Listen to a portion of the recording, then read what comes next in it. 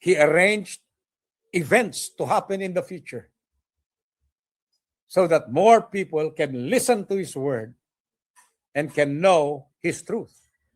Sa mga gawa 13, 14 hanggang 15, inanyayahan ng Hudyo na pinuno ng sinagoga si Pablo upang mangaral tungkol kay Jesus. Alam po nyo, nagustuhan ko itong mga bersikulong ito, ha? Mga gawa 13, 14 hanggang 15. Bakit po? Tingnan natin. Nakakamangha po ang paanyayang ito ng pinuno ng sinagoga.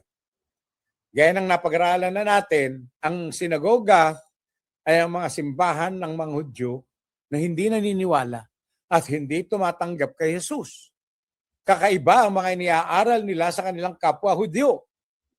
Pero lumilitaw, kumilos ang Diyos sa sinagogang yon. Bakit po? Ano nangyari? Basahin na nga lamang po natin. Nang araw ng pamamahinga, pumasok sina Pablo at Bernabe sa sinagoga at naupo. Matapos basahin ang ilang bahagi ng mga aklat ng kautusan at ng mga propeta, nagpasabi sa dalawa, kay Pablo at Bernabe, ang mga tagapamahala ng sinagoga.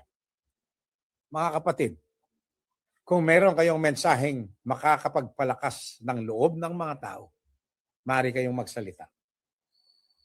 Pagmasdan po natin to.